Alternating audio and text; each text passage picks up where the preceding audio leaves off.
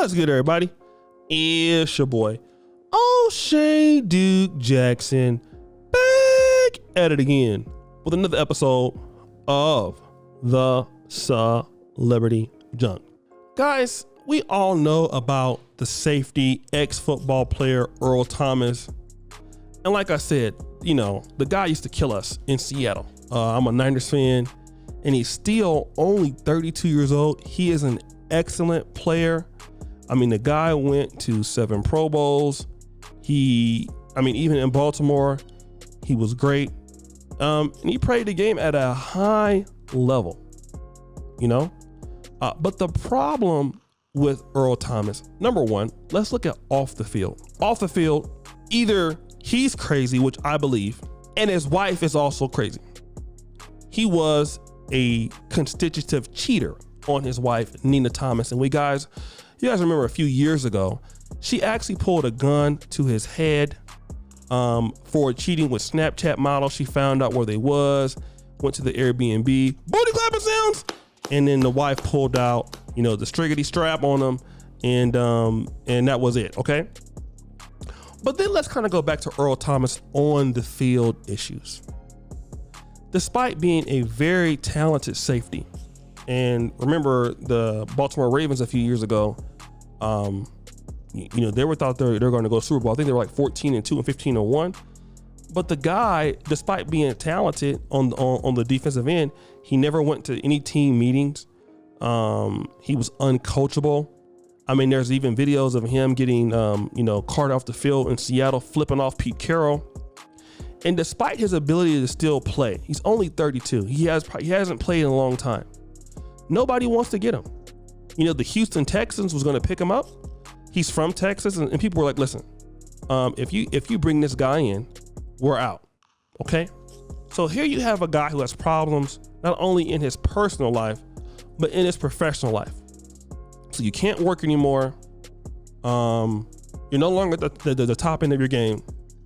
And then, so here's what happens now. Now your wife is out here, allegedly out with another guy, and she is getting gifted Chanel glasses. Okay? And she's saying, day music, today is a good day. Okay? I want to talk about this because here is the demise that many of us as African Americans will go through. Despite our talent and despite what we may have going for us. Okay? As black men, we are gonna lose it all if we don't know how to play the game. Okay? It's simple. I know so many guys, man, that come from my neighborhood. I'm talking about brilliant. I'm talking about smart. I'm talking about they were smarter than me and more talented than me. These guys now are damn near homeless. There's one guy in particular that I know, probably the smartest guy I ever met right now. A guy somewhere on methamphetamine. Somewhere, and the guy's a fucking genius. Okay? Can't work well with people, can't work well with others, can't get along with anybody. He has everywhere the guy goes, he destroys things for himself. Everywhere. Okay? It's not just, it's everywhere. Okay? He can't keep relationships, can't keep anything. The guy is freaking crazy everywhere he goes. He does this to himself. All right. And he's pretty much alienated everybody from him, friends, family, whatever. And then, but here's the thing that by people like him, you know what they do? They go around blaming other people for their failures. Oh, this person did this to me, and that person did that to me. And oh, she didn't want to be with me anyway. She was a hoe. And she, but then if you look at the patterns, and one thing that as black men that we can't get away from is the patterns. And this is what I'm doing right now in my life. And I'm about to be 41 soon.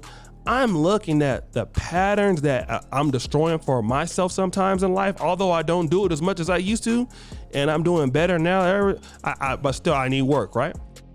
What are the things that I keep myself away from? What are the things that I'm doing in my life that I need to stay away from to get me to the next level? I need to be able to work better, but do certain things. Okay? You cannot be a builder in your family. You cannot be a builder in your community if you are a destroyer of everything around you. And if you have a bad attitude and you feel like you're so talented, guess what? The most talented people in the world will get cut. Look at Earl Thomas, the guy that came off a fucking Pro Bowl season, okay? But his attitude got him out of the Ravens. And guess what? When you get that bad attitude that can't nobody help you, can't nobody tell you anything, people get on the phone and they block you from stuff, right? You're a guy that can't be worked with. You're a guy that doesn't understand the politics of how things work. So nobody wants to deal with you. And unfortunately, I'll tell you like this. It's a lot of brothers in the black community, if I can be real, because, I'll tell you like this.